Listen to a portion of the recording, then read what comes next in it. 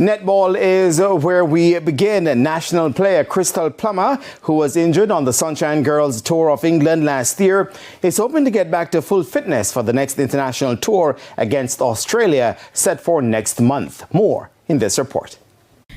When Jamaica's Sunshine Girls met England in the two-test Vitality Horizon series, they were missing several players who were unavailable due to personal reasons, club commitments or injuries. GC Foster College's netball captain Crystal Plummer was a member of the depleted squad that went to England in December. But she was soon counted among the injuries as she got hurt playing in the series.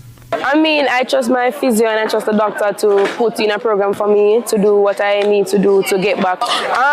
It's going okay. It's nothing too serious. I'll be back soon. Soon enough to be a part of the tour down under in February.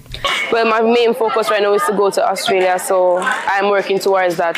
Meanwhile, Plummer was on hand to support her team, GC Foster College, who won the Intercollegiate Senior Netball title last month. I first want to say I'm really proud of the ladies because, everybody doubts us knowing that I was going to play.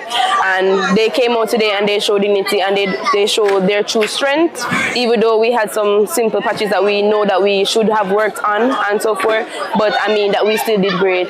International coach Sasha Gay Henry Wright, who is also a coach at GC Foster, says the decision was taken not to play Plummer in the Intercol final and instead allow her to heal for the upcoming series.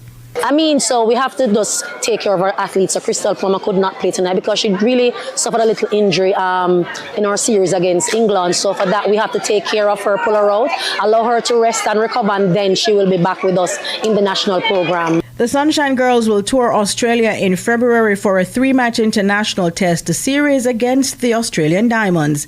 This will be the first standalone series between the two nations since 2011. Denise Walters for TVJ Sports.